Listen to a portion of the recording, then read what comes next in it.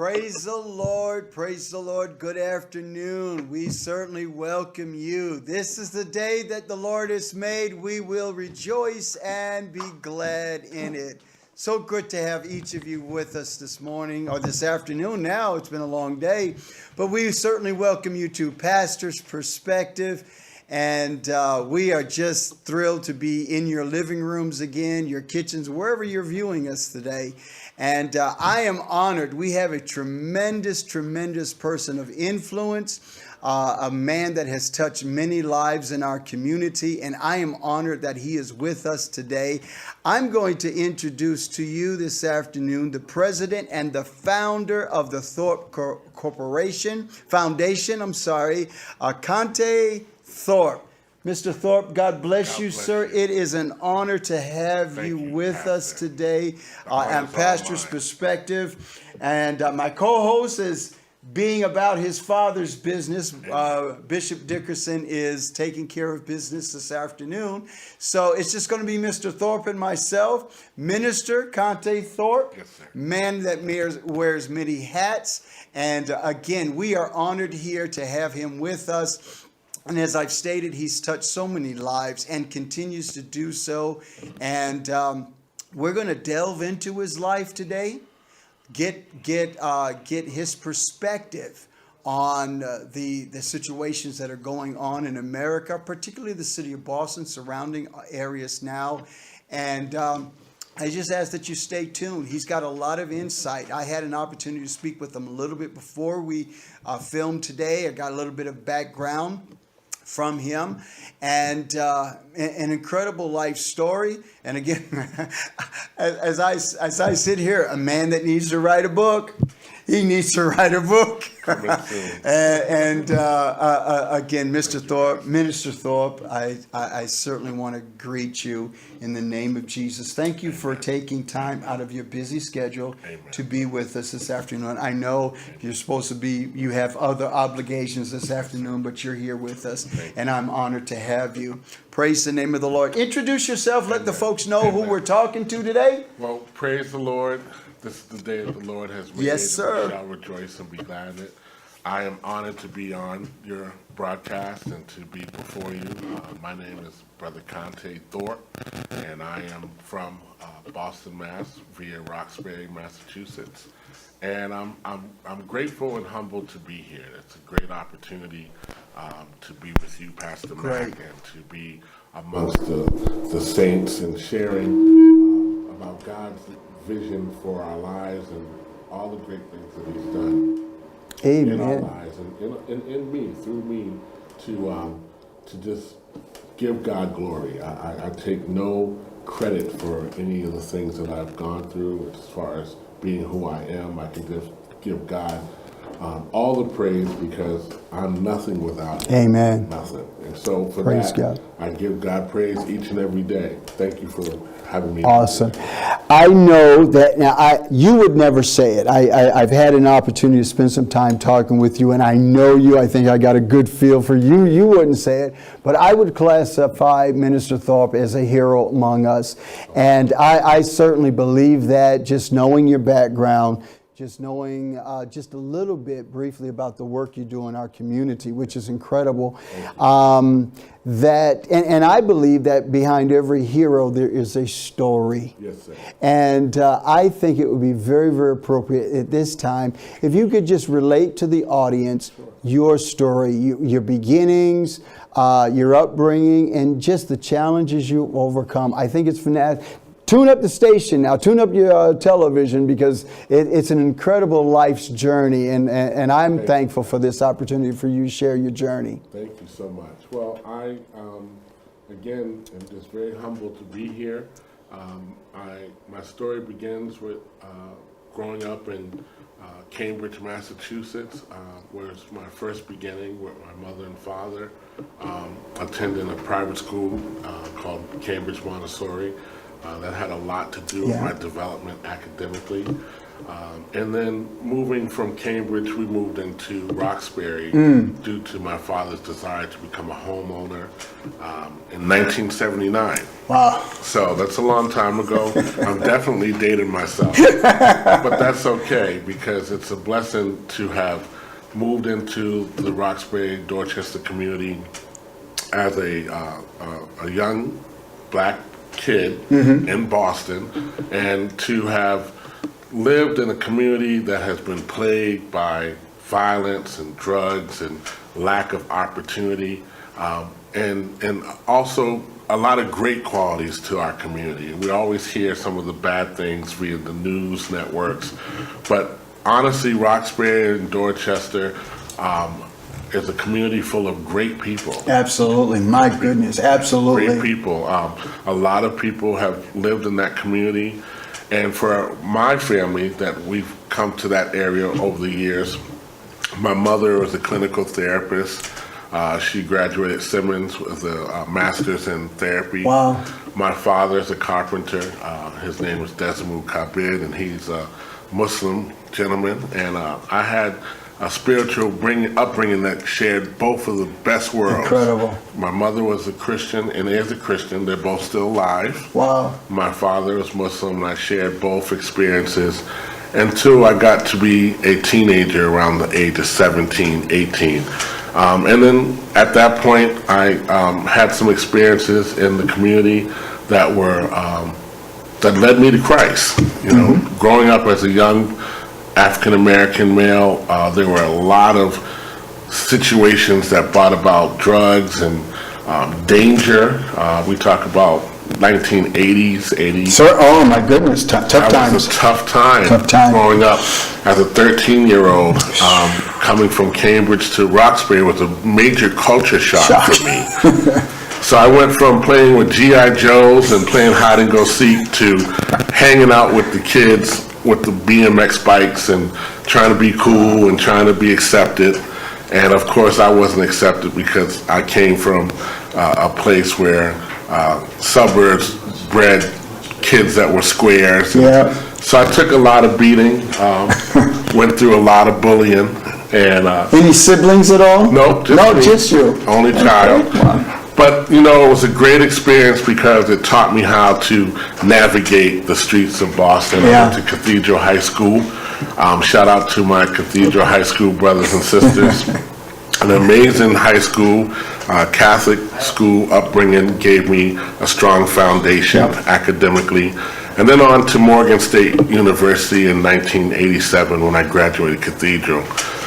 That experience from Boston going to Baltimore, Maryland was a phenomenal experience. Wow. Where I learned to be on my own for the first time. And it was a lot of fun, you know, attending a historically black college, Yes. which is a HBCU university. And, you know, that experience, although I didn't finish at that school, I did 2 years there, and it was the 2 years of one of the greatest experiences of my life. Met a lot of great people from all over the country pursuing their education, and friendships that still remain to this day.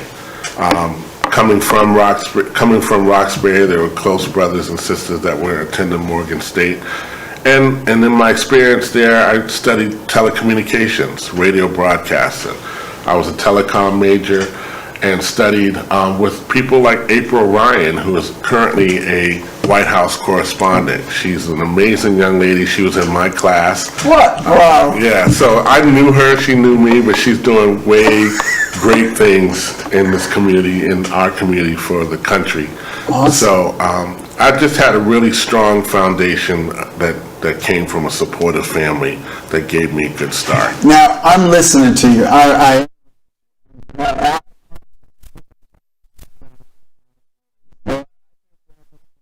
listen to me Sunday after Sunday, great but voice. you've got a great voice. I'm listening to you, and I'm here envious.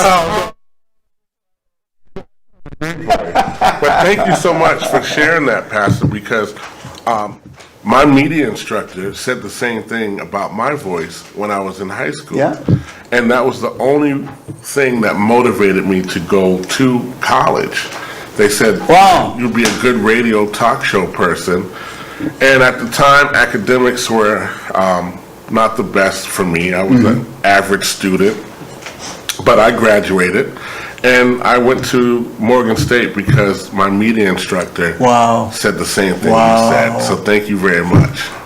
I haven't used the voice except through speaking engagements or on the radio when I do certain shows and broadcasting for Boston Praise Radio and producing other types of workshops for my foundation. But it's a blessing. Talk to us about your foundation. Sure. Again, Bishop Dickerson spoke highly of the work you're doing, and I had a little bit of time just to research your background a little bit. Talk to us about what Sure. you're doing with the Thorpe Foundation. So at the Thorpe Foundation, we established our foundation in 2010 officially when we became a 501c3 Wow. agency. Some close associates and I got together, concerned citizens of Boston, and decided that we wanted to give back to the city of Boston, to our youth population. I've worked with young people since I was a young person. I was a part of the peer leadership program for the city of Boston. I worked for the Red Shirts as a peer leader, cleaning up the streets of Roxbury, Dorchester. And through those experiences, I gained insight into service, being of service to one another. And I decided I wanted to take all the great working experiences that I had through working in the city of Boston and put it in a nonprofit agency that I created so that I could be an extension to those who needed services where there were breakdowns or gaps in services. And so I saw an opportunity to support young people. My life calling has been to support young people within the urban communities of our city, and decided the best thing to do would be to start programs that would help kids stay out of trouble. Gang-involved kids who were dealing with territorial issues, didn't want to travel because turf wars were issues. Very prevalent in the 80s. In the 80s, yeah. And so, having worked for the YMCA of Greater Boston, I was a program coordinator who first developed a truancy initiative for the Boston Police Department.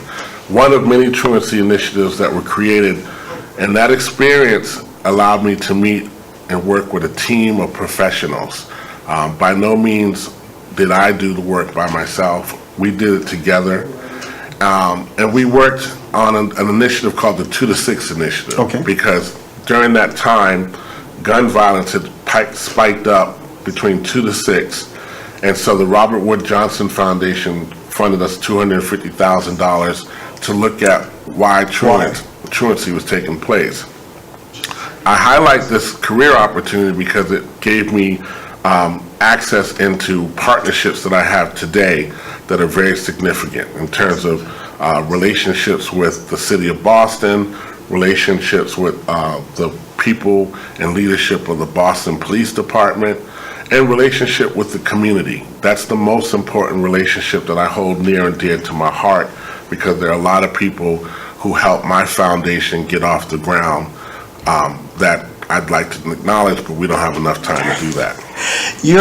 I'm listening to you, and again, I'm just enthralled by your involvement with young people. This passion to work with the young people. Yes, it is. What is the genesis of it? What's the root of it? How did you wake up one morning as a teenager and said, "Hey, when I get older, I'd like to work with That's a young great people"? question. When did it start? During your travels to Morgan, to Baltimore? Did it happen previous? Where was this genesis to work? That's Because a great a question. lot of us don't think along those lines. We Right. think about getting ours and that's it. But you're not only your focus is not getting yours. Your focus is to giving to others. Right. How did that happen? That's an awesome question. The genesis for me began at recognizing how blessed I was to have two parents, to come out of a two-parent home. My father is an incredible man. He's a hardworking person, and my mother is an incredible young lady, and they were able to really teach me a lot about just everything in life that one needs to know to become successful. And for me, it was a blessing because I love traveling, I love learning about different things, but I remember a time being in a park in Roxbury called Trotter Park. Trotter School is a school where kids would go play basketball, and I remember an instant where I saw a young kid. He was being bullied by 6 to 7 other kids. Mercy. And I remember that moment of feeling helpless because this young person was looking up at me while kids were pummeling him and really doing a job on the kid. And I remember being helpless, but I felt like I wanted to help him. And at that moment, I thought, you know what? I never want to be in a position where I can't help someone who's in trouble. Mercy. So that was an impressionable moment for my life. Got it. Wow. I think also to add to that, Pastor Mac, I've been so fortunate to have great opportunities. When I talk about education, I was able to go to Quebec and Montreal in Canada during my schooling to learn French. Although I don't speak French now, those opportunities gave me a lot of opportunity to learn different cultures. And then living in Roxbury, I realized, there were so many opportunities that young people did not get.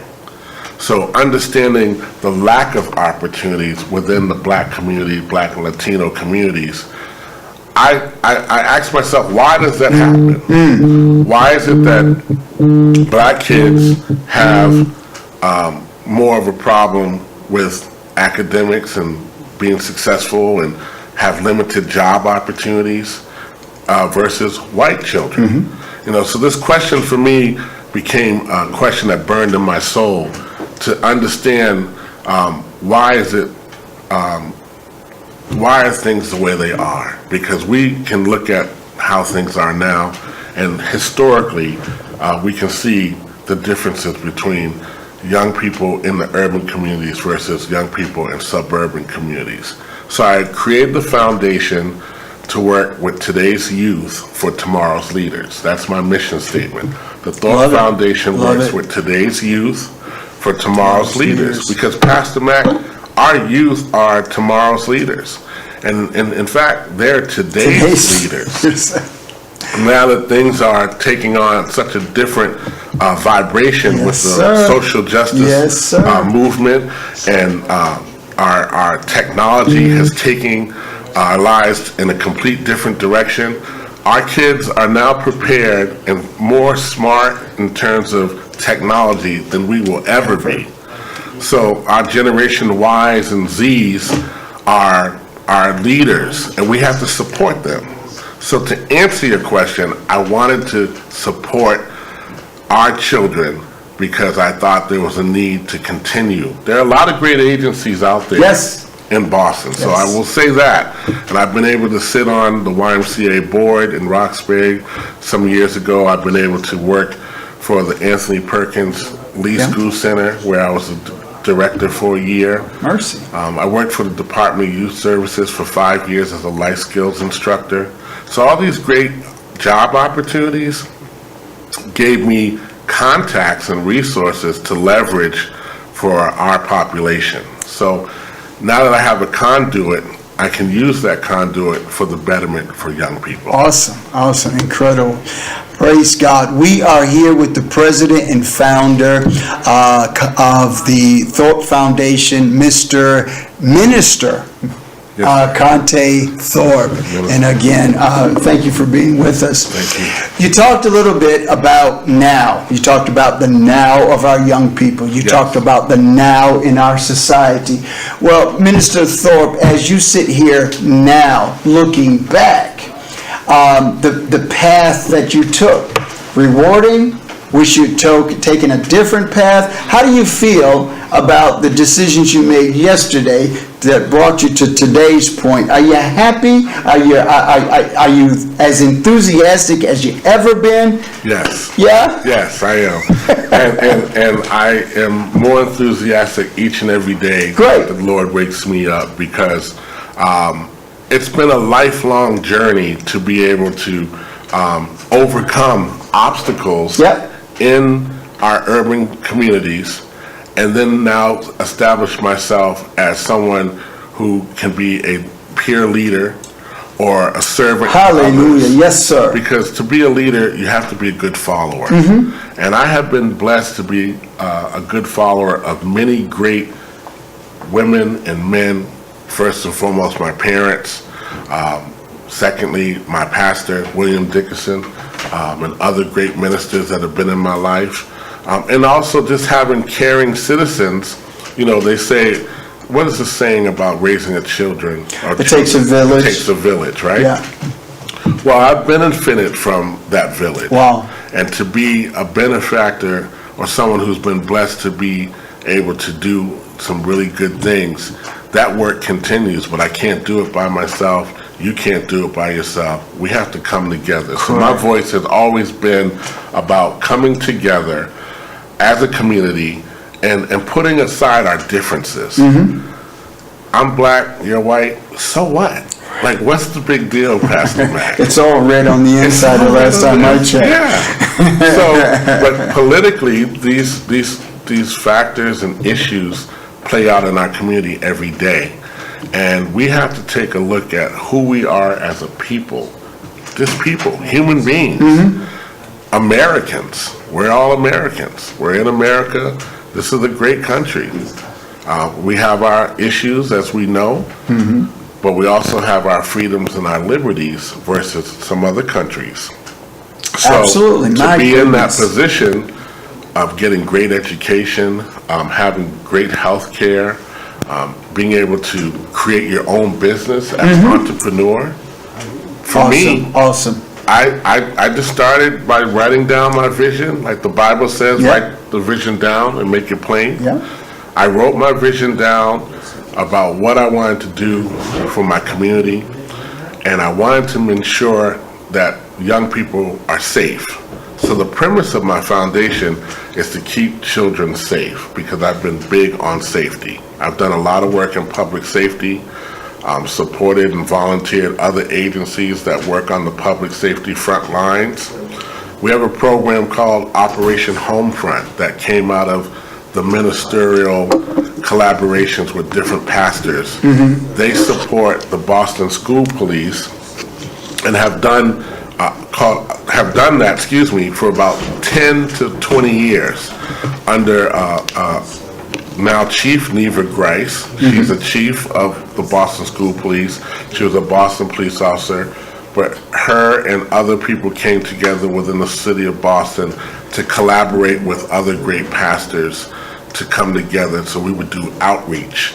The outreach was specific because it provided ministerial support outside of the church, which is really key. Is there a website? Do you have a website? I have a website for my foundation. It's called, the website is www.thorpefoundation.org. So that's my website. People can go to that website, or they can go to my Facebook page, Conte Thorpe, Facebook, and I can get information to them Great. about the programs that we have. Currently, we're not doing anything right now because we're in transition due to COVID-19. But because of the COVID-19 crisis in the last 5 months, we're changing our focus to help teach social distancing to our young people. Wow. Which is something that we plan on doing soon by creating videos of the importance of wearing gloves and keeping 6 feet. You know, we can't take those things for granted. Absolutely. Those mechanisms are put in place to keep us all alive. I was driving down the streets about a week ago with some warm weather, and the basketball court was full of brothers, man. It was, I don't know. play basketball? Playing basketball, Yes. yeah. And I said, well, there's not a mask to be seen, and there's still no social distance. distancing, right, that's right. So as far as that information getting into our community is certainly needed. We talked about you made that decision to do what you do in our environment, and the impact that you've had in the past.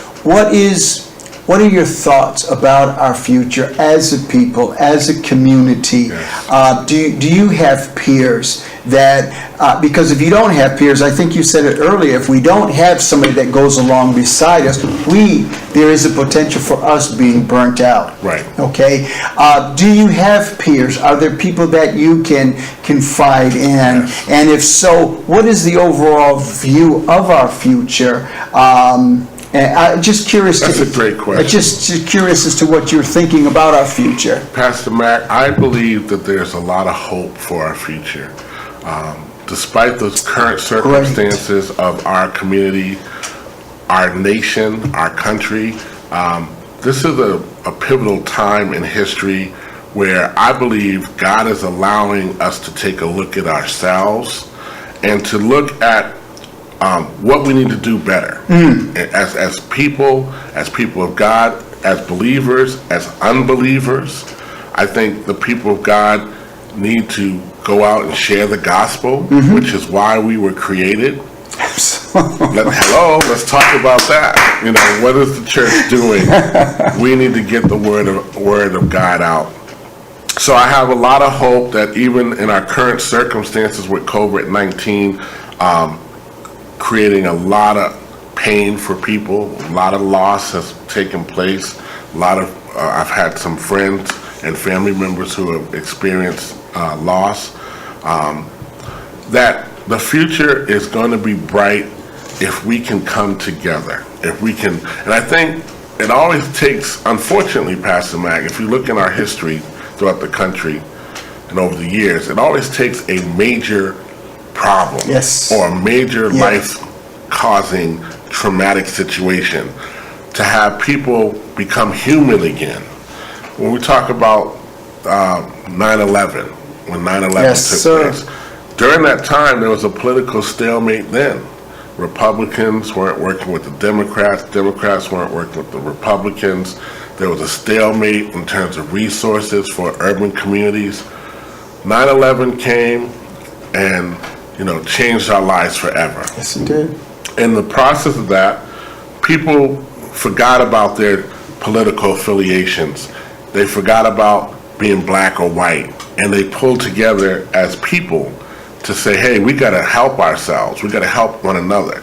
That same paradigm is taking place now because we're at a crisis where we can't worry about our differences. Come on, sir. We need to worry about one another. We need to know Absolutely. if Mrs. Johnson next door has food to eat. We need to go out of our comfort zone. Yes, sir. And really pay attention to our humanity. And I feel I that this love is the that. time I love that's that. happening. On a spiritual level, Pastor Matt, I believe that the people of God have an opportunity. It doesn't mean that they're going to take advantage of it, but I would hope that we will, with great pastors like you and Pastor Dickerson and ministers like myself and all of us who care about people. This is an opportunity where we can get our voice out and win souls. Come on. I want to win souls Yes, sir. for the Lord. Yes, sir. I was saved by grace. None of this success came to me because I was a perfect kid. Not at all. I was saved by grace because God's hand on my life took me out of situations that were very dangerous. I had circumstances where I had been held up with a gun. People had threatened my life. And these are circumstances that become prevalent in the black communities, more so than in the white communities. Well, we need to ask ourselves, why does that happen? The issue between black on black crime is a major issue. We talk about Black Lives Matter. Yes, they do. However, we have to start showing people how we treat each other. And once we get that thing fixed, then the world will recognize that, yes, Black Lives Matter, but we have some internal things that we have to do right now, Pastor. So when we talk about current day circumstances and priorities and what the future looks like, I believe we can take advantage of the opportunity at hand on a human level. Yes, sir. And help one another. Put aside our differences. Yes, sir. I never saw color. I was raised in North Cambridge. A lot of my friends were Jewish, Asian, white, Latino. We were just one little melting pot of children growing up in a community that was safe. You know, North Cambridge, Watertown area. Yeah. We had a lot of safety in those areas, but there are not places in the cities of Boston and throughout Massachusetts where our kids are safe. That's why I created the foundation, because I wanted to create opportunities for those young people who lack two-parent homes, who lack structure, who lack food, who lack shelter, who lack future opportunities. And so if you all are interested in supporting the Thorpe Foundation, we are a 501c3. We are in position for helping others. We would ask you to support my foundation because we need to raise money. We need to raise money, and it's been challenging because I don't like asking for money. Come on.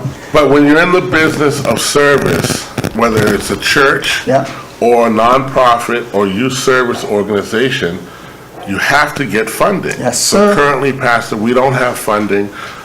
We're believing God that that funding will come one day. I believe along with you. But we still, over the last 10 years, have been able to do things, create programs that have made a difference in the city of Boston. One program that I'd like to highlight was a program that we called the Tech Kids program. TEK stands for Teaching Education Kindly, and it was about technology. And we took that program and created a curriculum on utilizing phones, you know, the safety of Facebook and social media platforms. I saw that 10 years ago, Facebook was going to be in trouble. I had an eye that I thought, you know what, this social media looks great. It's a lot of fun. But there are going to be some dark sides to the platforms that are going to happen. So me and my colleagues decided, let's address this by creating a prevention-based program where we would teach parents how to keep their kids safe off of the internet. In doing so, I sought out organizations and businesses like City Fresh Foods in Boston. Their owners are Sheldon Lloyd and Glenn Lloyd. They sat on my board. They allowed me and my agency to come and benefit in their building by developing this program. And other programs that the YMCA presented. The Boston Police supported my program because they saw that we had an idea that needed to get out. So what we did, Pastor Mac, is we had a volunteer base. I sought support from Best Buy. Best Buy liked the idea of Tech Kids. I thought with the Geek Squad, you know, the Geek Squad was in Best Buy, they could mentor our Tech Kids.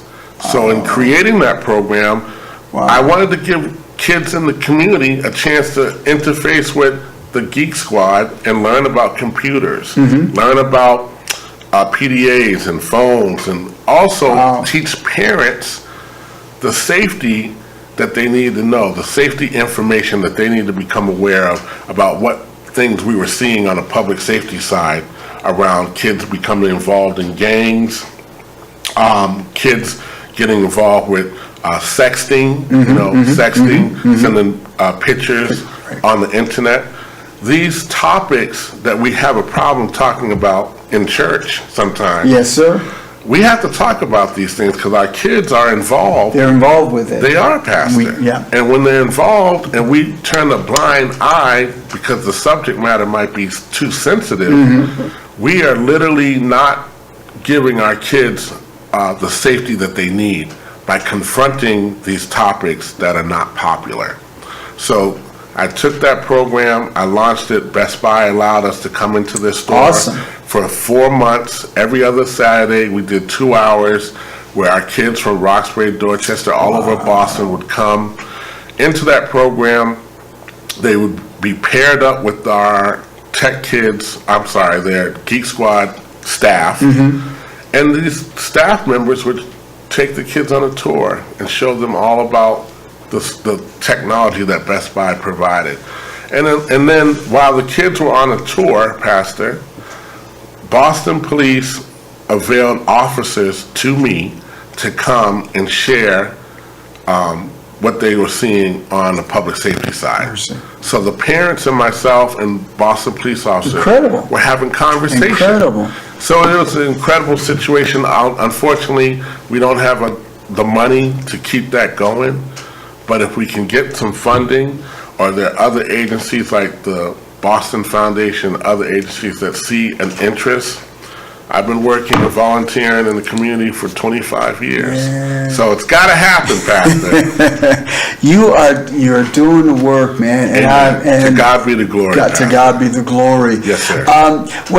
Would you, as far as we've got Christian pastors, we've got men and women of God that are viewing us right Yes, sir. now, and you've committed your life 25 years into just touching the lives of children. Yes, sir. And for a large portion of our churches, it's in some places it's an older generation. Right. And what advice, what thoughts, how can we, in the 25 years, what can we do? You've been on the forefront. You've been out there every day where a lot of churches are hands off. You said it. Maybe some of the issues are too sensitive. Right. What can we do moving forward? 2020. It's the month of September. I want to. We've got to make a positive impression upon our kids. What can we do? How can we volunteer? What can we do to mobilize? Pastor, we need to mobilize our churches by looking at our systems that are in place currently within our churches and look at what's working and what's not working. And then we need to analyze those things and say, well, if this isn't working, why? And be open to change. I think a lot of times because our churches are so close-knit that sometimes we get stuck in old traditions when there are new issues. And these new issues can't be accommodated by the old traditions because we have to learn how to be flexible and to mold with the day and the time when crises are taking place and we don't know how to respond. So I think to do that, pastor leaders have to be open. That's the first thing. Many ministers and pastors do a lot of great work, men and women of God, but they have to stay open and communicate to others and be open to our young population. They have to reach out to our young people. Our young people are in crisis. They may not look like it, but they are. These times are very dangerous. So as people of God, we have to build relationships. I think relationship building is key. It's key. It's very key because, Pastor, if it weren't for my ability to be able to be a nice kid or just be blessed by having great men of God like yourself and other pastors in my life, it hasn't always been easy. But somewhere, somehow, our men have to reach out and start mentoring other children, our pastor or leaders. One thing we need to do, we have to get rid of the differences between different organizations. You know, there's a lot of jealousy and a lot of stalemate when it comes to sharing information or just working together. It's key when we can put those things to the side. And I believe God wants us to do that now. I believe God is calling for the people of God to put aside our differences and our opinions and personal feelings and to look at how can I really serve God and make a difference? Because at the end of the day, God's watching. And when we leave this earth, he's going to do a count of everything. And I want to be one in that number. Right. I don't want to go on the down elevator, Pastor. I want to teach other people how we can. Down elevator? Yeah, I want to go up. I want to go up. I want to go up. In the process of doing that, we had the time to do it. Even with COVID-19, it's been a terrible situation, but there have been some blessings that have come out of that. The miracles that have come out. Yeah. You know, practicing social distancing, staying home with your family. I've been able to touch base with my mother and father. My mother's 79, my dad's 80. Mercy. I'm the only child, but being there for 5 months has been hard, but it's been great because I've been able to get to spend time with them, quality time. That is precious, man. Yes, sir. That is precious. Yes, sir. Do you know how many folks our age, that's not even a possibility? Exactly. That is huge, man. I'm very blessed, Pastor. Very blessed and very fortunate to have those times with my parents. As a single man, it gets difficult on a personal level, but I can sacrifice that because I know one day my parents won't be there. Absolutely. And I can understand that what I do for them, as the Word of God says, what you do for Christ is the only thing that will last. And so I'm mindful of that. And I hope and pray that others can be mindful of that too. My goodness. You've given us tidbits. You've given us a little bit here. We've gone from North Cambridge to Roxbury, the transition that took place. Coming into Roxbury, you got a different flavor, different culture. Yes. You went from a very multicultural setting to a very predominantly black, brown situation.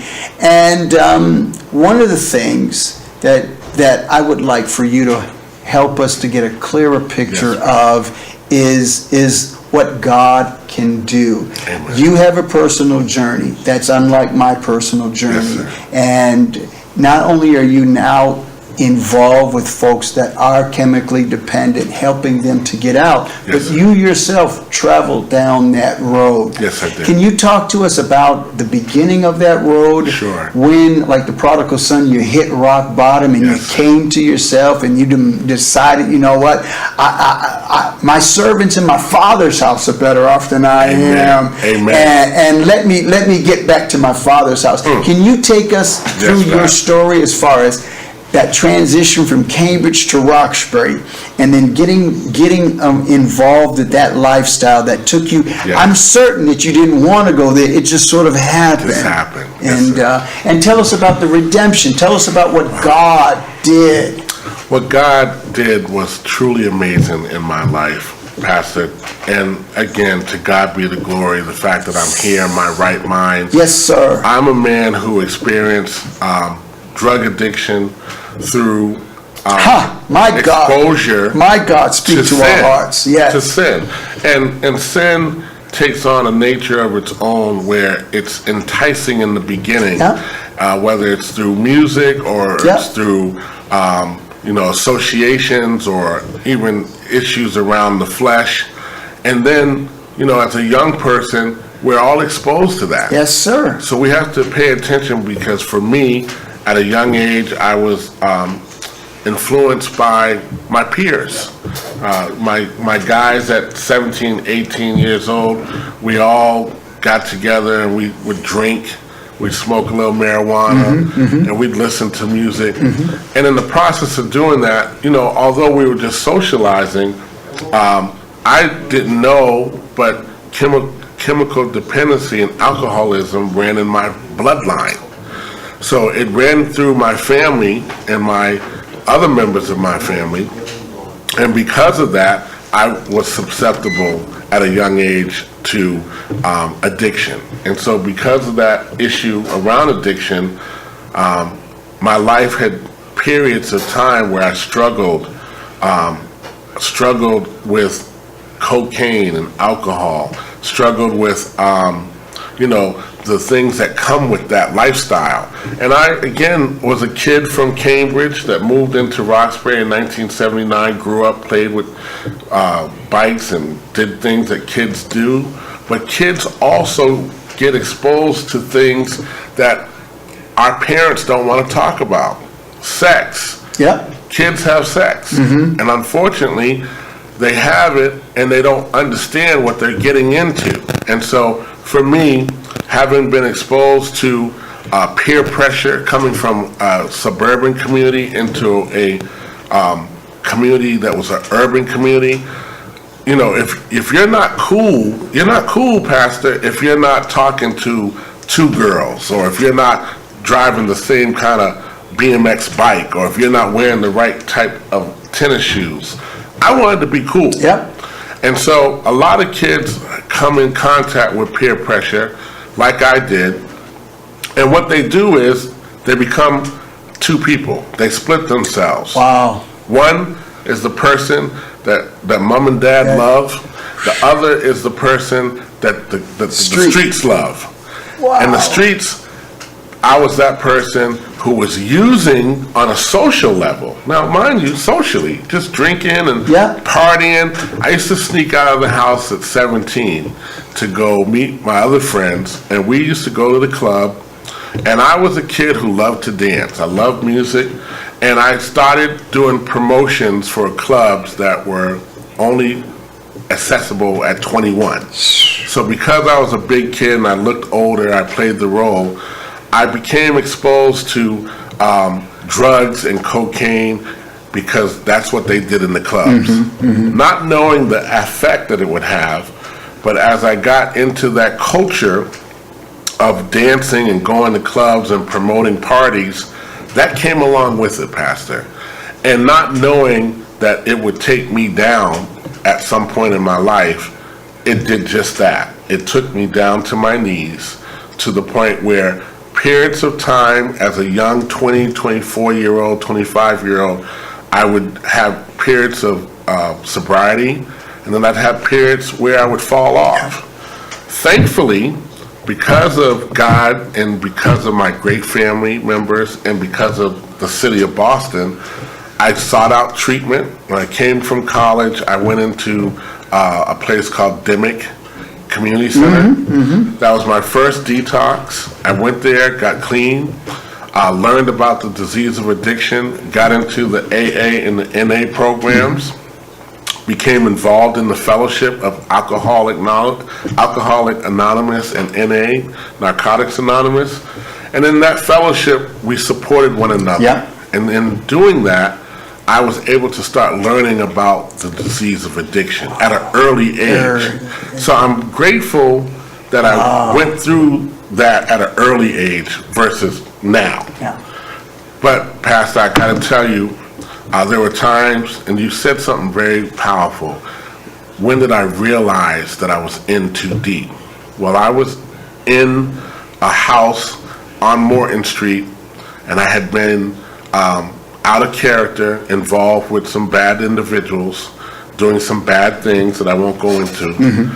But in the process of doing that, I remember being on the porch as a user of drugs, an abuser of drugs. And I remember saying, wow, I'm in this deep. And my mother and father's hearts were broken. And my friends were broken. And I knew I needed to get out of that situation. Something within me said, Conte, what are you doing? I've had a great life, great schooling, great family, great everything. I've been very fortunate. My goodness. I've never missed a meal. I still don't miss a meal, you can see. And I've never missed an opportunity, but to have gotten involved with drugs and alcohol was the worst thing I could ever experience, or anyone could experience. But I tell you what, I wouldn't change a thing. I hear you. I know what you're saying. I wouldn't change a thing because God saved my life. God literally would stop people who were getting ready to do some harm to me. He would send a person into the most craziest locations to minister to me. Yeah. There were times where I was in basements, sleeping on concrete floors, sleeping in abandoned buildings for a small period of time. But for that season in my life, Pastor, it was hard, and it didn't have to be hard. I need to say that I made a decision to get involved with drugs and alcohol. It wasn't forced upon me. Right. And I had a chance to not even be involved with that. But because those things happen and are so prevalent within the urban communities, I took the advantage on turning my life around, getting help, and that's how I met Pastor Dickerson.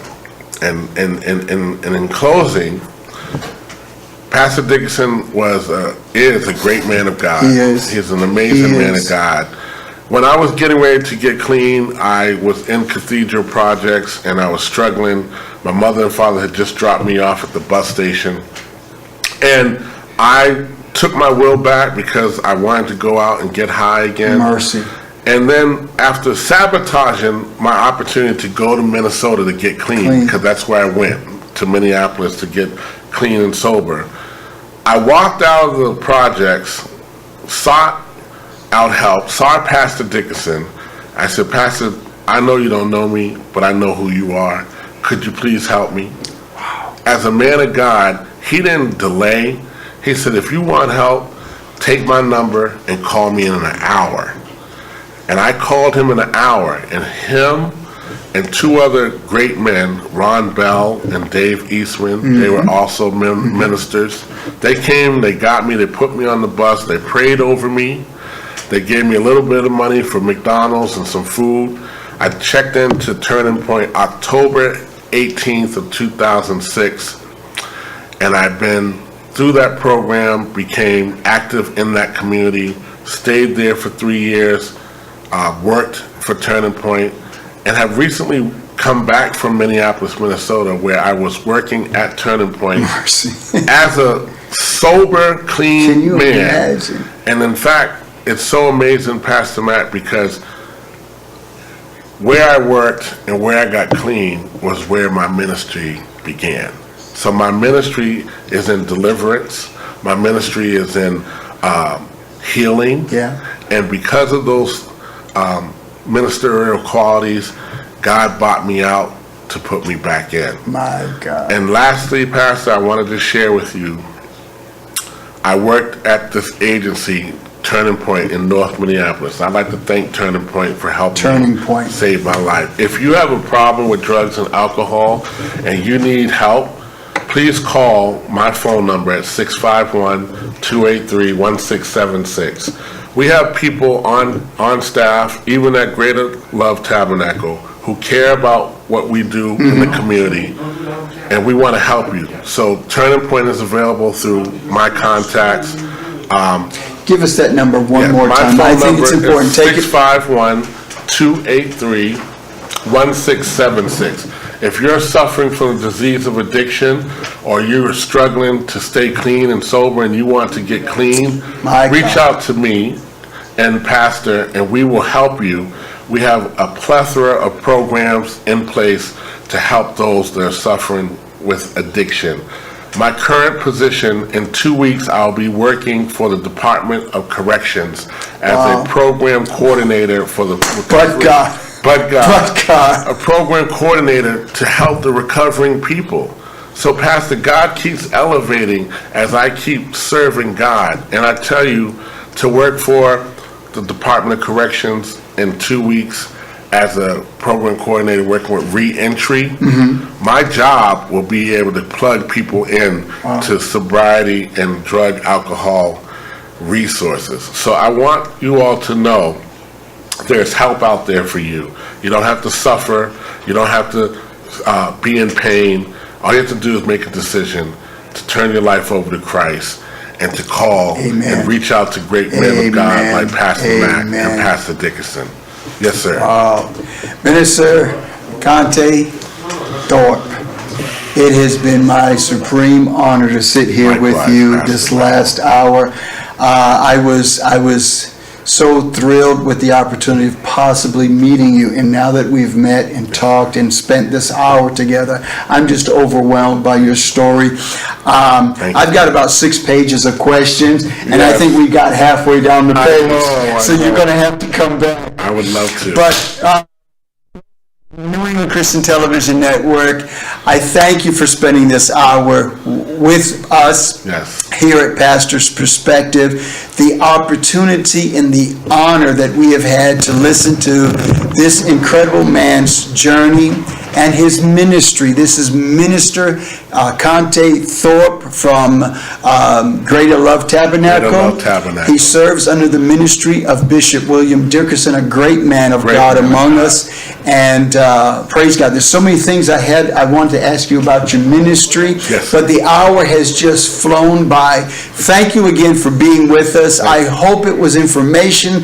Reach out to this man of God. Make a contact with him, because we all know individuals that are coming out from that situation, and they need a help. And many times our hands are tied just because of the lack of knowledge. Here's a man that has gone through the system. He understands. He can direct lives from point A to point Z. It is an invaluable asset that we have in Minister Thorpe today. Reach out to him. God bless you. Thank you for being with us this last hour on Pastor's Perspective. We look forward to seeing you next Thursday at 1 o'clock. Praise God. Stay tuned to New England Christian Television Network. This is literally an oasis in the desert of life right now. Again, thank you for being with us this last hour. God bless you. Look forward to seeing you next week. Sir?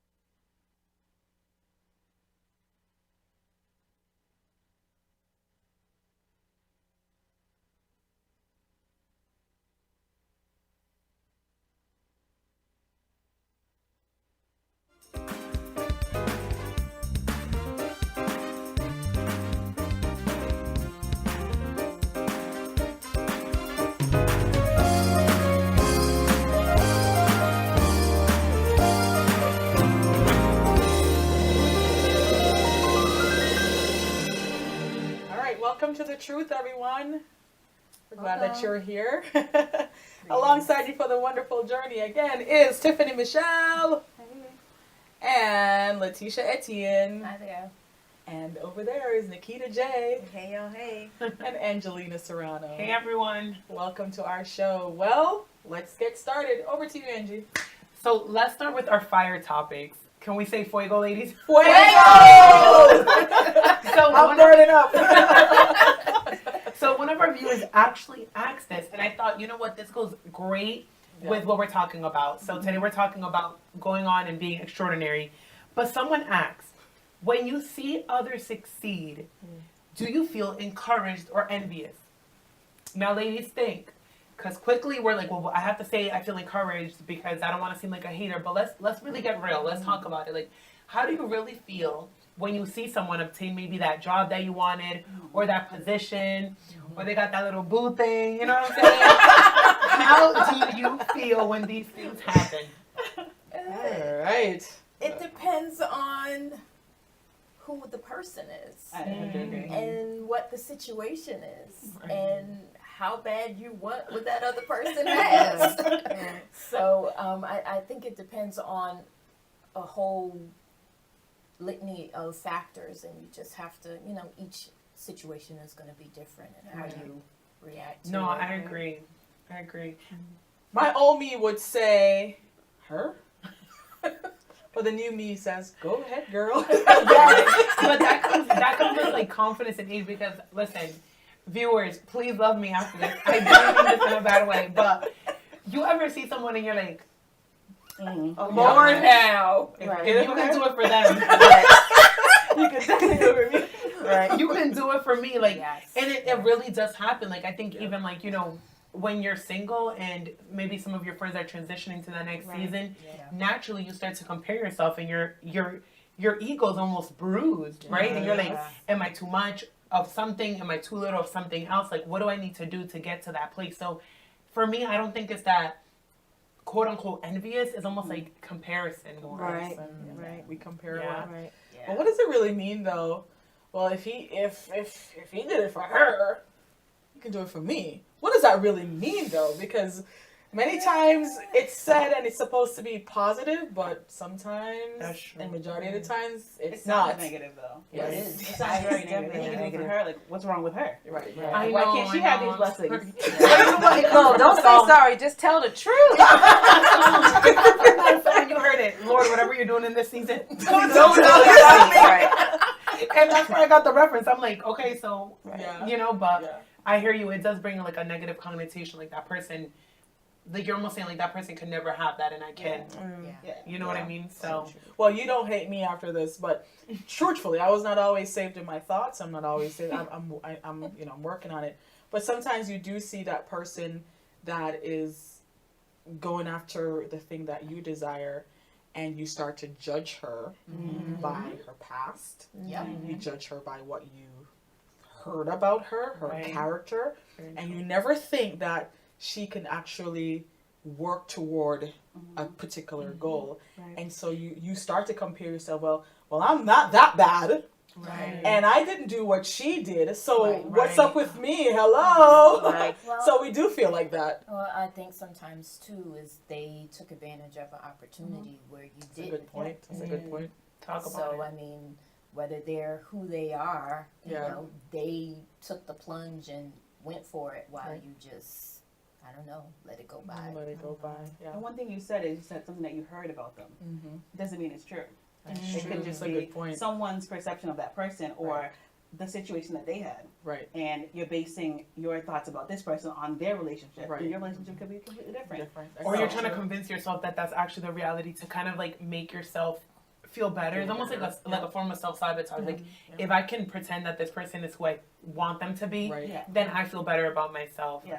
Which honestly, and ladies, like we have to call it out. It's pretty toxic. It's very Yes. toxic. That's toxic. Yep. Like Very. you will not gain anything from trying to take away from someone else. Yep. That's You really right. will not. Right. You really will not. She's gonna keep on shining. Yeah. And God can't honor that. You're Like gonna No. keep on hating. if you're mad that somebody is in a relationship, how, God is God. Well, He will. I can't say what God will do, but how blessed is your union gonna be? Because you're already starting off with all of that feeling, Negative energy. Yeah. right? So someone had mentioned, how do we know, or how can we discern whether it's genuinely like I'm happy for you, or I'm just saying that I'm happy for you because I don't want to seem like that hater. And I think you had mentioned that, Tiffany, that there's kind of like a difference. Like people want to see you do good, but they don't want you to do better than Do them. better than them. Yeah. Absolutely. I think sometimes people, you know, I want to help my sister out, but I'm only going to help you this far. Yeah. I'm only going to catapult you to this point Yeah. because by then you're going to be surpassing me and I can't have it. And I've experienced that in life, like with careers and stuff. Like people will be cheering you on, like, yeah, I want to see you do good. But then the minute you're doing like a few steps better than them, it's like they can't handle it. And it's like, well, Right. you're my friend. Now you're the Right. one that wants to be like Yeah. Yeah. the I'm like, boss's pet or whatever. but you should be happy for me. You're my friend, right? Right. And then that's where we'll talk about this in another show. But the whole thing of friendship, Yeah, like, what is a friend? Yes. Right. So, But you know what? It happens in church, sadly. Yeah. It really does. Like, Yep.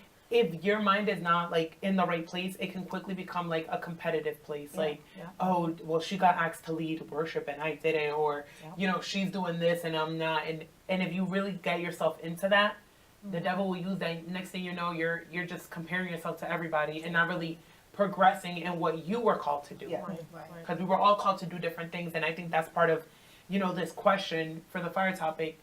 Sometimes we're comparing ourselves, and it's like, well, that's not your avenue. That's Yeah. not right. Yeah. that's not the purpose that God's created for you, Right. created you for. That's why it's not working out. Yeah. Right. That's why when you try, you just can't excel Right. the same way that someone else can. It's not Because for that's you. not, it's not for you. And even if it's for you, if you're not doing it with the right heart, Mhm. then you can't see no glory out of it, and then you're Right. wondering why is that person, why every part that person takes a mic, it's all like heaven comes down. Well, chances are that person is consecrated. Yeah. They've really like focused and they own into what they're doing, and they really have a clean heart. And sometimes, many times, the hate comes in because you don't know their preparation Right. for the stage. You don't know what someone had to go through to get to that. Don't exactly have to go So through. true. You don't know That's it. that's So true. So it sounds like in conclusion, we can get really wrapped up in that envious and comparison thing. And I think nationally around the world, there's like this woman empowerment of like women empowering women. And that is so much easier said than done. But I think that if we can kind of get in our avenue and get in our place and find direction from God, these things won't conquer us. You know, like that envy and that comparison.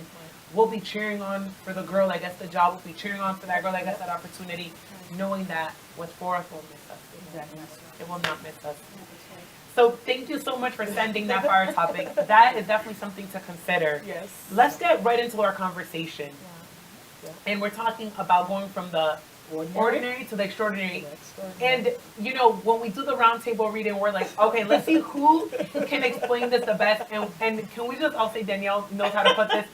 yes. Like, I was mind blown when you read it. I'm like, I need to know how to say that way you're because too kind. there's some people that need to go through that process. You know what I'm saying? So, Danielle, You're tell way us a too little bit kind. about what that is, and let's get into this conversation that we're gonna have. Well, let's get into it. We're talking from moving from ordinary to extraordinary, and you know, my topic is we're going to explore metamorphosis, and we know that metamorphosis is about changing.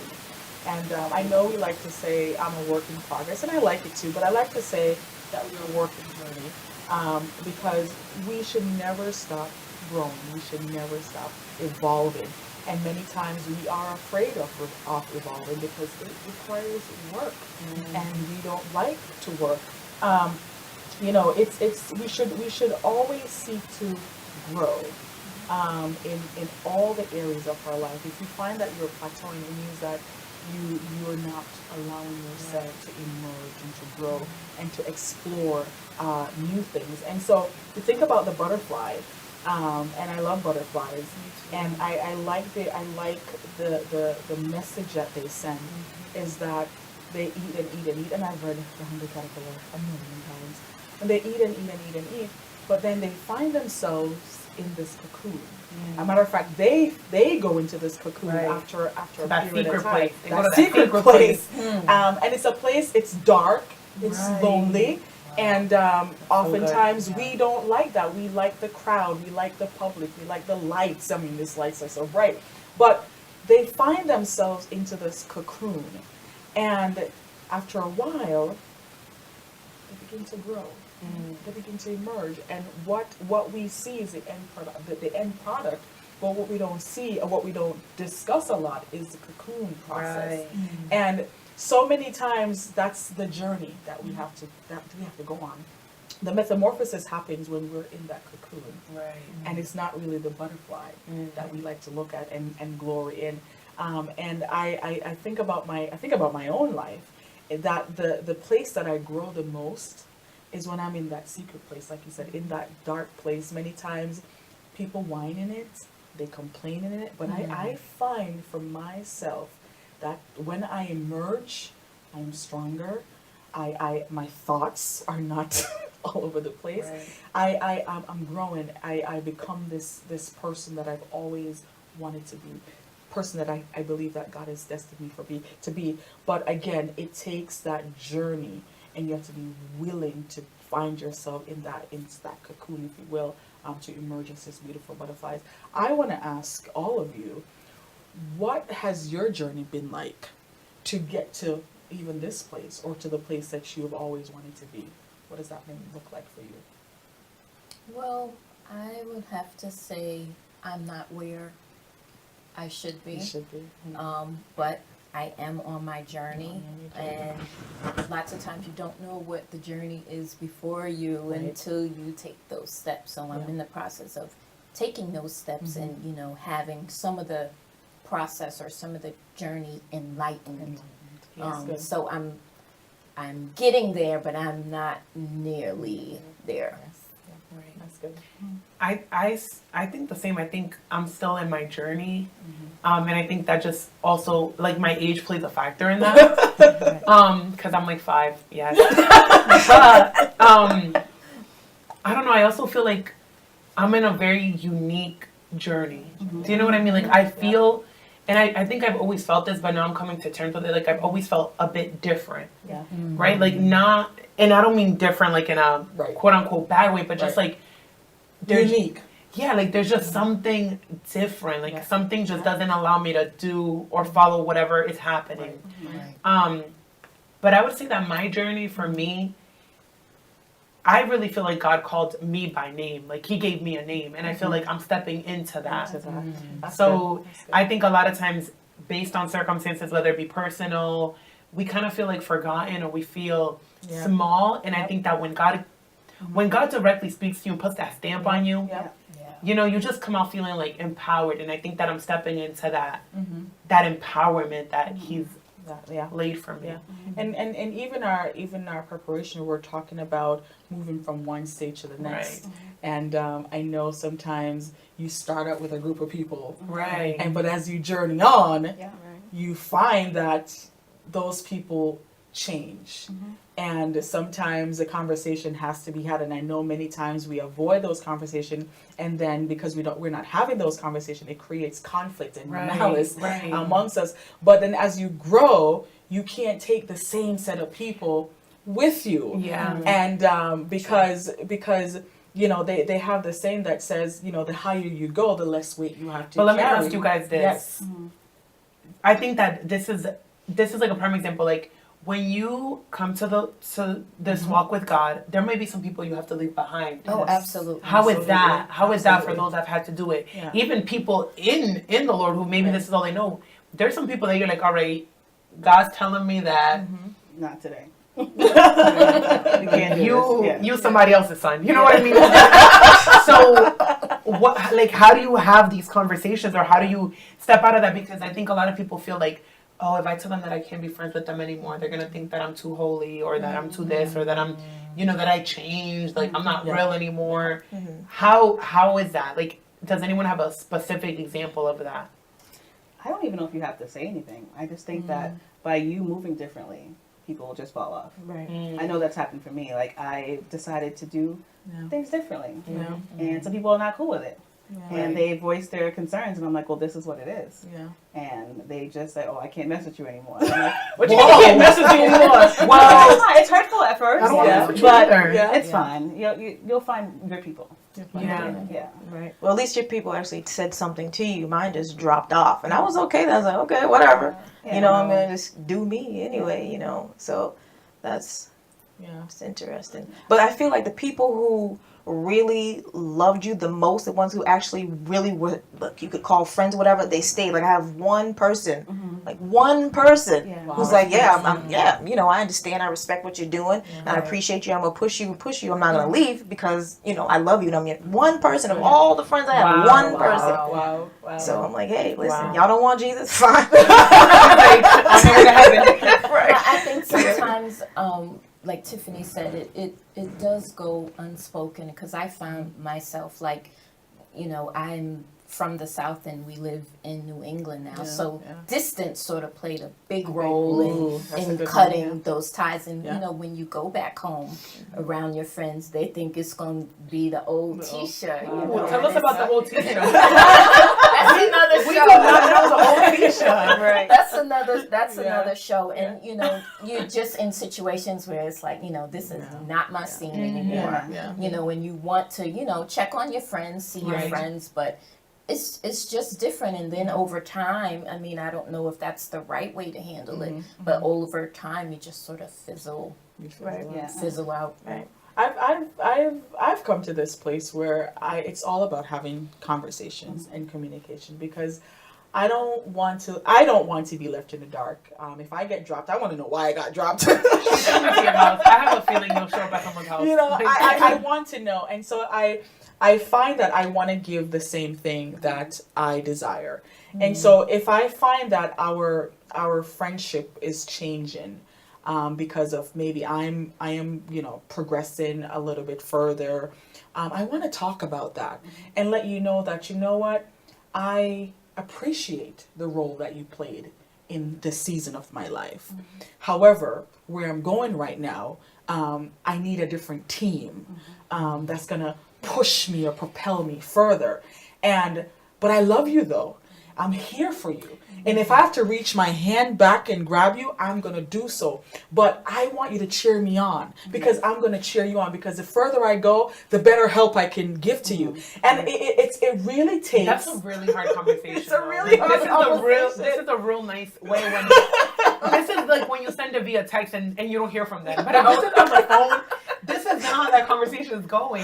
Like, do you know what I mean? Like, Yeah. That's a really tough conversation It is to have with tough. people. And I don't know why I keep thinking of it this way, but it's like culturally, it's like no man left behind. Like, Yeah. no, like, Yeah. you know what I mean? Like, your Yeah. family's like, Yeah. you made it, we all made it. Like, that Yeah. type of mentality. Yeah. And it's like, it's tough because it's like you want to help people, especially Yeah. some people have more of like they're more prone to want Yes. to help others. Yes. So when I'm seeing you do these things, I'm like, I want to help you. I don't want to leave you there. Right. How do you go from there?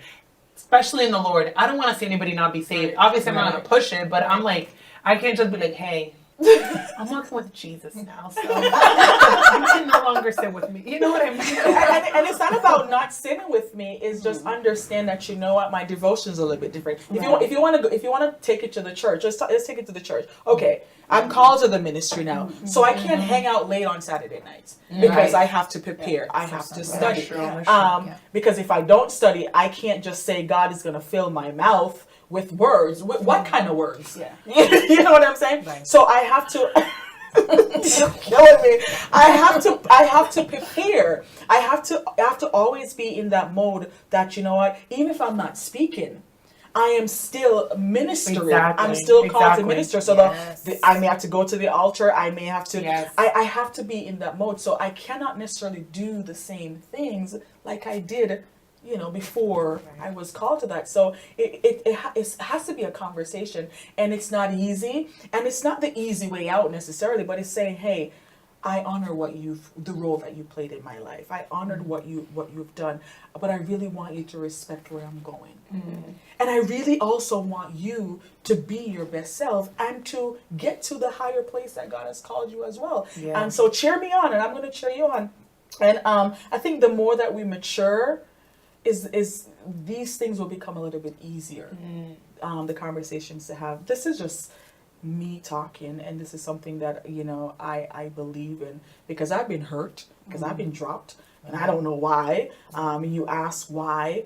You don't get anything, and just tell me that you've moved on. At least let me know that you've moved on. And you know, you don't have to give me any kudos or anything like that. Just say, you know what, I think our season has ended. I agree. No, I hear you. So everybody could go into a nice place instead of, you know, because sometimes, you know, that's where the conflict happens. Like, how come she ain't talking to me, but she's talking to her? Right. And you know, these kind of situations. I've been there, I've done that, and I don't want to go back, and I don't want the T-shirt. So I said, you know what? I am going to do what I want done to me, to others. Yep. That's That's so how I feel about But that. I That's think- my journey. But I think most people, I mean, let's face it, are not mature They're enough not mature enough to do that. handle Yeah. that And situation. sometimes you think it's you. That ever happened? Yes, all Someone the like time. cuts you off, and you're like Yeah. calling, you're like, I'm sorry, like I don't know what I did. Yeah. And I used to struggle with that a lot. Yes. Yeah. I've been Like I there. used to be like, oh my god, I have to make it up to them. Like I have to I've make been sure they there. know. Yeah, Like I've he doesn't look been at me like, girl, you're a You're doing the most. That's a no for me. well, I'm just like, writing this whole and then I was like, wait, like Yeah. this isn't a reflection of me. Yeah. This is a reflection of Exactly. them. Like Yeah. if I Right. cross Right. all, what is it? all the Cro- T's. Yeah, you know I don't really all know the the I's. Yeah. English things, but I can't do more than Fuego. that. Yeah, just fuego. I can't do more than that, and I've learned that for certain situations, it's like, okay, this person has made that decision. Yeah. if I asked once for forgiveness Yeah. and they don't reply, I've done my part Done in your the part. eyes of God. Yeah. And I just have to release it to God, and He Yeah. needs to work on them. And then we also have to understand that seasons do come to an end. Yes. And everybody has played a role, and then we all have to be mature enough to say to move on. Sometimes you want to cling on because this is your crutch. This is all that you've known for many years. Comfort. This is your comfort. This is your cocoon sometimes. But you know what? God is calling you to become a butterfly. Right. You just gotta fly. It's true. Because I just recently had a situation similar to what you were saying, Angie, Yeah. where you try to like hold on to these people and you're like, what did I do? I don't understand. Like, tell me what I did wrong. And sometimes you're not going to get that answer. Yeah. I know. And sometimes it's just not going to be truthful with you.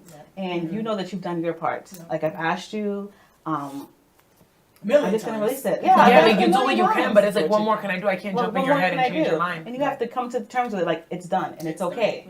And Right. I just had to release it. And I'm like, hey, you know what? This person's not a part of my life anymore. These people aren't a part of my life, and that's okay. And that's And okay. it's okay, because I struggle with that. I'm like, why? Yeah. What's going on? Why don't they want to be my friend? Maybe it's me. Yeah. And sometimes it's not you. It's them. It's them. Right. Yeah. And you have to just release it. And something that I found out that even a butterfly, it goes through this process. It's beautiful, and we all marvel at them. But their lifespan is about 2 weeks. So it just goes to show seasons come to an end. We'll be right back. Welcome back to The Truth. Ladies, this conversation is not over. It's not over. We were talking about moving from ordinary to extraordinary goals, right? Life goals. But there's some preparation. There's some steps that we need to take. There's some things that we need to do to get to that place. And although what's on the outside matters, we need to do some inside work. Yes. So we're going to be talking about the power of speech, right? So important. Watch your mouth. Watch your mouth. Watch your mouth. I actually saw a quote that said, we have 2 ears to listen, but only 1 mouth to speak. Meaning we should be listening more than we actually speak. And as I thought about this, I wanted to share a story that literally impacted me. I think I was around like 16 or so.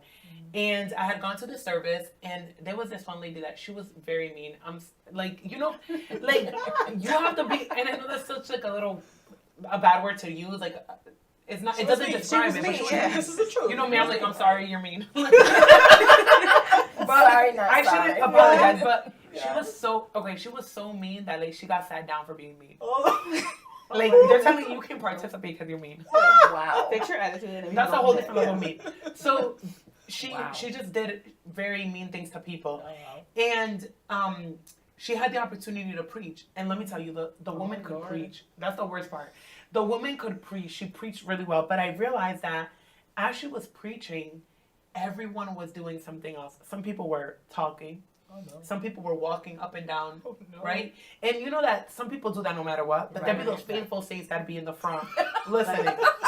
And not even those people were paying attention. And I really thought, literally, like, I really thought, 1 Corinthians 13, where it says, you can speak with knowledge and wisdom, but if you don't have a love, it's like clashing cymbals. And I was like, whoa. This is being played out right in front of me. And I think that taught me a lesson. Like, I always want to make sure that when I have conversations with people, that when I speak to people, I speak with love. Because no one's going to listen to you unless you speak with love. Nobody's going to want to listen to you unless you speak with love. And I want for when people speak to me to leave that conversation feeling empowered, feeling edified, and just feeling better than what they came. So let's talk about how powerful speech is. First of all, when I leave your presence, I feel empowered. I feel identified. identified. And I feel like I can make it. Yep. So You're really good at that. Sure. Yes, you Yes. do. Thank You look you. so beautiful today. What? She's in the back right in her nose. She's in the You can make a head swell, girl. Oh But man, you do, it's yes. my love language. Yeah, but speech is very, very important. I've been that person before where my attitude was off many times, and I felt like I'm a little bit, and I'll say it for truth, I'm holier than thou, and people insert that on you, but you don't treat people nicely, but you're in ministry. Right. And I found many times that in the past where I would have the opportunity to speak, I would study, I would fast, I would pray. and then no response. And like, whoa. And then I begin to inquire why. And then people started to tell me the truth. Wow. That you're a little bit selfish, you know, when you're called upon, you don't really help. Is you always have an excuse. I'm just being transparent. Wow. And I had to go on a journey. My life has just all been a journey, you know. The whole thing. The whole thing. And I had to really begin to do some work. And I really took the call of God seriously. And I said, I don't want to waste time in preparation and then nothing. Right. There's no fruit. That's right. I had to learn. I had to learn to really put down some of the layers, the spiritual layers sometime, and get dirty, get my hands dirty, begin to work, begin to meet people where they are, talk to people nicely, minister to them. And then when I found myself in the pulpit now, it was different. The response was different because I'm not just talking at people and telling them what to do. When I come down, Right. we can have fellowship, we can have camaraderie, and that really changed for me. That I can speak eloquently, but if I'm not treating people nicely, Right. it Yeah. makes It it makes no sense. Right. So I can attest And to I think that. we had that conversation about how you can see it. There's someone that they only talk to the greats. Yes. They run up, they be running. Have you seen them? Yeah. They be running to go talk to that visiting minister, pastor. Yeah. They Yeah. just running. Yeah. You know what I mean? And then they ignore everyone else, and they don't Yes. treat everyone the same way. Right. And It's sad. it's just sad. It's Yeah. disheartening, right? Yeah. But it happens. Yeah. It happens. All the time. And it's because us as humans, we see the outer appearance, right? Mhm. But God sees our heart. Yeah. And the same way that God spoke to the greats, He spoke to the littles, Yeah. you know? So The littles. the littles, the minors, That is true. you know, but let's mirror after that. Let's really mirror after that. God saw David, and look at David, Right. right? Right. Well, speech is definitely an important thing to be able to do properly. Yes. And sometimes, a lot of times, it's not what you say, Not what you say. but how you How say you it, say it. Yep. your tone, and Mm-hmm. you know, even some of your mannerisms when you're Yes. saying it, Yeah. the look on your face. Yes. Your intention. Yes, and your intention. So, I mean, I'm still learning Mm-hmm. how to temper my speech because Right, sometimes things just come out and they could be a little sharp, Yes. Right. and that's not my intent, Yeah. but I just need to say what I need to say. So I have to work on softening the speech. It's very important because when you speak, you want people to, one, be able to hear you, and two, you know, you want them to sort of take what you said and apply it. maybe grow from Yeah. it and apply it. Yeah, that's good. That's good. You just said something, and I thought about this, that the Bible did say that life and death lies in the power of your tongue, Yes. and I used to talk all kinds of trash, like trash talker. I know you don't know this about me, but I would talk trash. But then not only that, I would talk trash over my own life, right? And then I am reaping the fruits of what I say. It's Wow. like self-fulfilling prophecy. And you're like, why is my life turning out this way? But that's not what I wanted to do. But I'm speaking Wow. it. Do you feel like you see that now? Like some things that you said? Yeah, and I have to. That's scary. I That's literally, scary. I literally, and I've told people that I talk with that I have to, and it's not spooky or super spiritual, but this is a principle. You can go back into the atmosphere and say, God, I did say some things that were not okay, and I'm Pass them seeing the down. fruits of it right now. God, help me to reverse it. Yes. And then begin to speak life over the trash that you've talked. So many times That's good. what we're reaping is a self-fulfilling prophecy that we set of our own lives. And nobody could prophesy you out of it. It comes from within. You have to speak life and create. I'm telling you, you can create the atmosphere that you want to live just by your speech Right. life.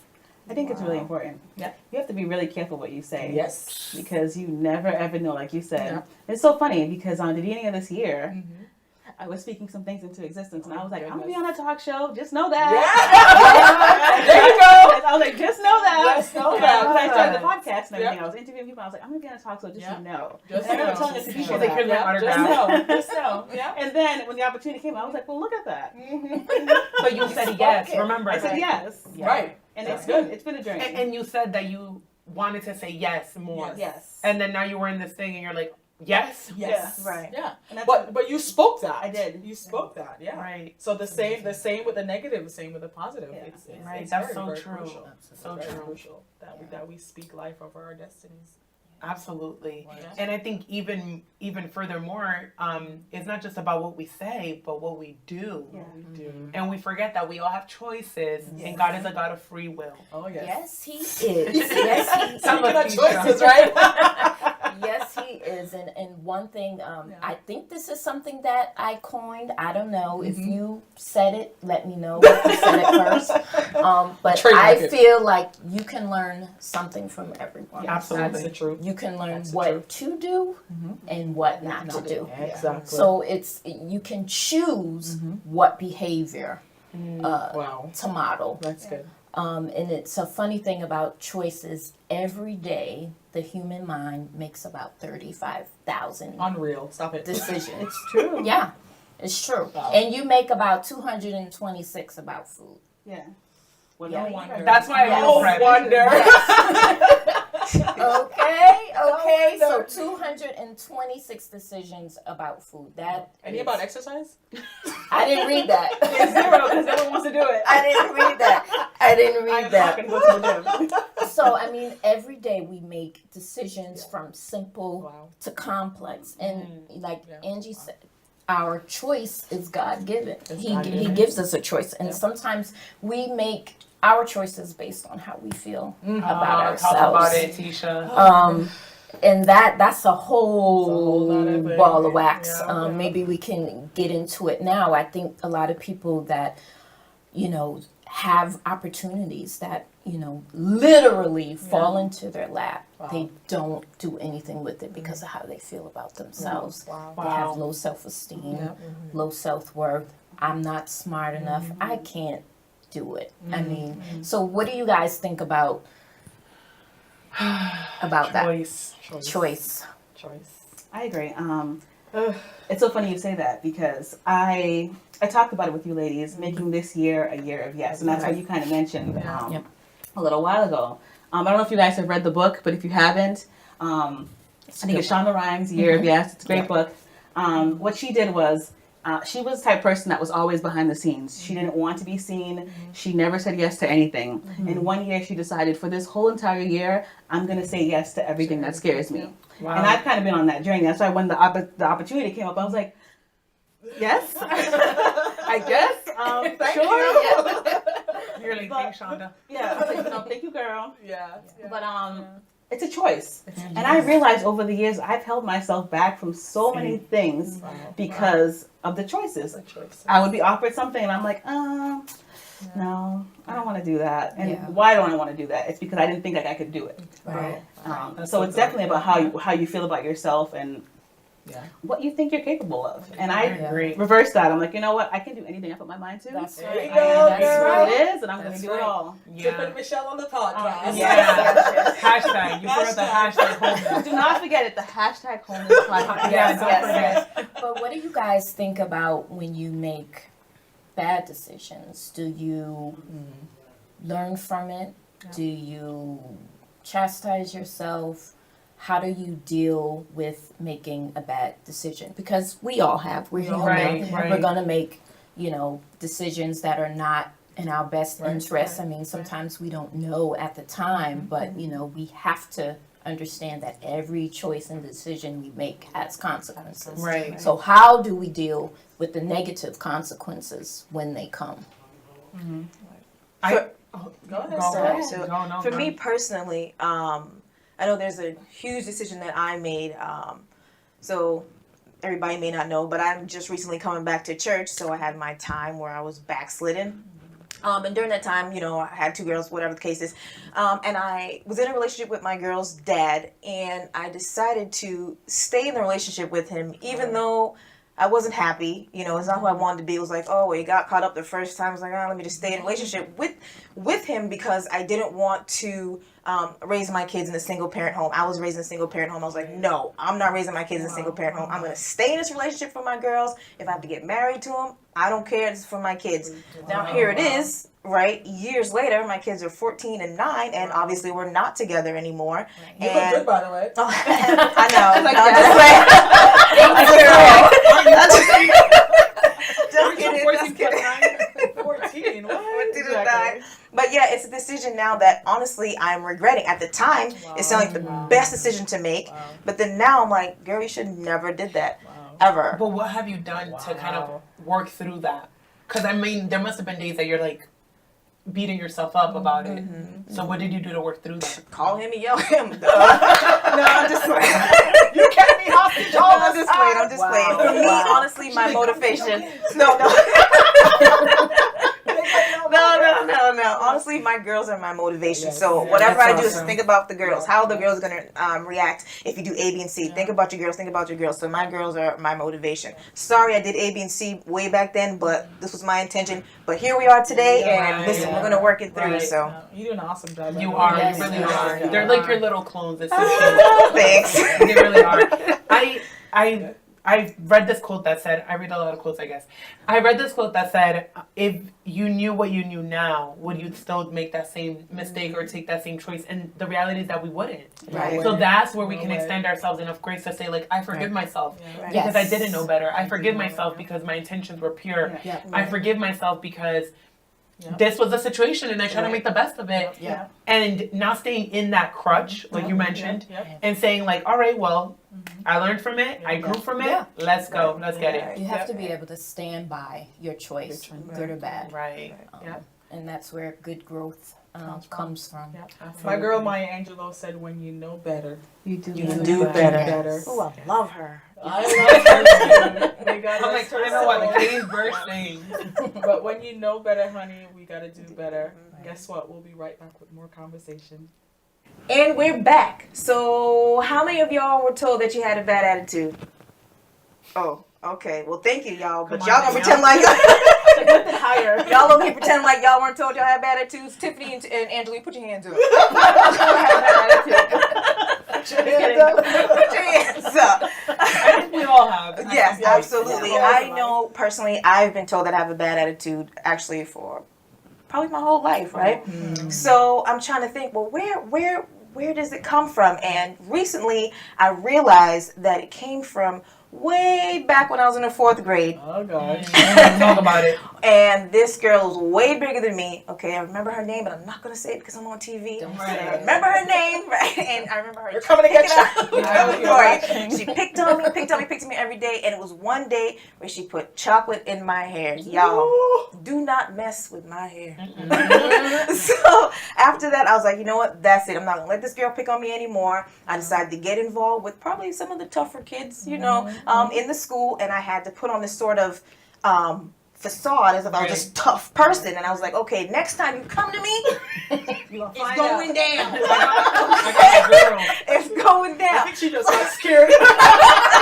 If you're watching, Right? if you're watching, Absolutely. do not be scared. Absolutely. So from that point forward, right, I realized, okay, so I think from that point forward, it only evolved. I think it only got worse. And then I used my attitude as sort of like a defense mechanism. Like, you're not going to come for me because you see this? I'm tough, right? It's like protection. Right, it was like my protection. And, you know, I still struggle with that to this day. You know, I have to protect myself as much when it comes to that. But my question is, like, where do you think bad attitude stems from? I know we've been labeled as the angry black woman. So where do you think that stems from? Right. It's kind of nice though that you went on that journey to discover where the root of the issue came from. So kudos to you. It's tough to go back into the past to uproot some of those things. So that was really nice that you did that. Right. But to answer your question again, it's really just where does it come from? Is going back to where the hurt happened. And sometimes it's in your childhood, sometimes it's some place in your life, but it's you have to go back there and to kind of say, I remember when this happened, and this really caused me to become a person that I really wasn't, and I don't want to be this anymore. So it literally is just going back to the root of the issue. Yeah. And I think that, you know, I've had an opposite experience in the sense, and it's not a good thing. I don't think it's a good thing. I think that we need a balance. Like, we need a balance of like a stern attitude and a gentle peacemaker. But I read this book in school, and it talked about the superhero concept. And it talks about how a lot of kids, it typically happens when you're a child, you take on this role where you feel like you need to be the superhero, and you need to make everybody happy and make sure that everything is put together for people so that they're not upset with you. And I think that I adapted that. And there's many different reasons of why I think it happened, but I think that mostly my attitude has been like, how can I make your life better or easier, or how can I make it a pleasant experience? Because I guess at the nitty gritty, it's kind of like you don't want to feel rejected by people, and you don't want to feel like you're hurting people, and you want people to feel like they want you around. So I think that although it seems on the exterior is like, oh, like you have a great attitude, like, but almost it's kind of like you're damaging yourself because you're really holding on from how you really feel. Because maybe you have the ability that if something bothers you, you're like, listen, I didn't like that. But for me, that's harder to get to that place. So I still feel the feeling, but I'm not able to express it. Wow. I got you, girl. I'll show you how. Teach me the car ride, please. I had a similar experience in doing that. 'Cause, as a middle child, you like the That people syndrome. I got the middle child syndrome. I'm not gonna pretend like I don't. But I'm working through it. I've always been the one, like you said, who was always making everyone happy and just trying to keep the peace in the family and not really making my voice be heard. And that's something that I've been working on over the past few years. I'm like, you know what? I don't like what you said. I don't like what you did. And let's talk about it because we're not doing that anymore. But you know what? I wonder if you have the same experience. Maybe someone in your life you felt like you had to walk on eggshells. Because I think that was part of my experience. Like there was someone that played a big role in my life that I felt like I had to walk on eggshells. So when you walk on eggshells, you neglect your own feelings because you don't want that to trigger a reaction from them. Exactly. And so that's why you're kind of like, well, just like, see, I did this, so you should be happy, or I can, you know what I mean? And it's a lot, and this is like a whole other segment, it's a lot of baggage, but I think that it helps me kind of understand like my root. And, you know, sometimes you might think like my attitude is too much, but we all need a balance of it. We need a balance of that. So would you rather explode or implode? I need a balance. You need a balance. You need a balance. You don't want to be like a bomb that nobody, because then you become that person that people have to walk on eggshells with. You don't want that either. You know, but you also don't want to. You don't want to like not be able to express yourself. But I think the craziest thing, and I've seen this happen, like people that are in your situation that you want to please, but then when you get mad, It's over. it's like everybody's looking like, Why? her? Why is she mad? The Puerto Rican and Dominican. We Fuego, were at fuego. school. My brother and I went to the same college, and some girl was like, does she even argue? Like, she's so nice. He's like, what? And my brother was like, they really don't know you at this school. They really don't know you, because when I get mad, I can get like that, and then I feel bad. You know, so it's like, That's a tough one. Well, going back to what Danny was saying, going back to the hurt, which is how and why we develop attitudes. I think because, you know, maybe when you were younger, maybe you were quiet. I was a little quiet, and certain people, they take your quietness for weakness. And so over time you start to put on a shell. A defensive shell and shields, because, you know, they're like, I have to project this attitude so you don't try to come at me. And I think it's something that you just hold on to for years. And, you know, women of color have always been, you know, deemed, you know, the one with the attitude, you know, the angry black woman. And it's like, you know, that saying, you have an attitude, but where is the connotation that it's bad? An attitude can be good or bad. So Right. where did the bad come from? Right. Right. Because we should be able to speak up for ourselves. Right. Yes. You know, and But for you both, it's like a bully, right? It seems like it was a bully situation. Yeah, I've had bullies. For I only had Tiffany, one. Speak do for you feel- yourself. Listen, after that, they were done. was Never it. happened again. More trouble faster in the community. I'm sure. For you, was it Not with was it Nikita someone in your J. house? It's family. Like I So just, for me too, yeah. it was family. So I feel like you see how we've taken a different route when it's like Yeah, your family. yeah. What about for you? To be quite honest with you, I had to go back to the root of issues, and I'm not a person that acts out. It's been I guess because of things that happened to me, I just take it all in. So you And implode? I'm an imploder, and I will cry. Me too. I'm a to crier. myself, and I'm and sorry. I will wallow, like seriously, like even today I had a situation, and I just started crying, because I don't want to yell at people. I just, for me, I don't want to give back what I receive, Right. and that kind of keeps me, you know, in check. But it's not always But healthy. who have been the major offenders? Family or outside people? Both. Okay. Both. I've been misunderstood for, I don't know why. I'm like, why me sometimes? But for both. But I've just learned over the years, and I've done it in even before coming to this kind of realization, that I just keep it in and just cry and cry and cry until I just release it. It's not always good. But it's your though. coping skill. It's my coping Yeah. skills. Yeah. Crying is good. It's therapeutic. I I feel shy like you need away to from cry crying. all the Yeah. like I feel like you need to schedule a time to just cry. Yeah.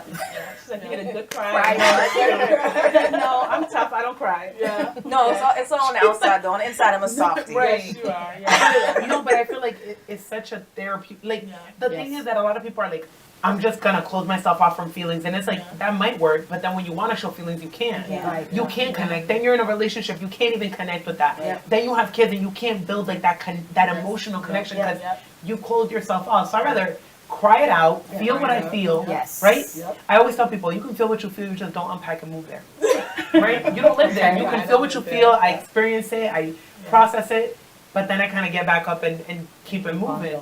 You know, but I think that, as you had mentioned, like, these things kind of build up that attitude in us. Right. And it's so powerful that we can, like, sit back and reflect and think, like, is this building me up or is this tearing me down?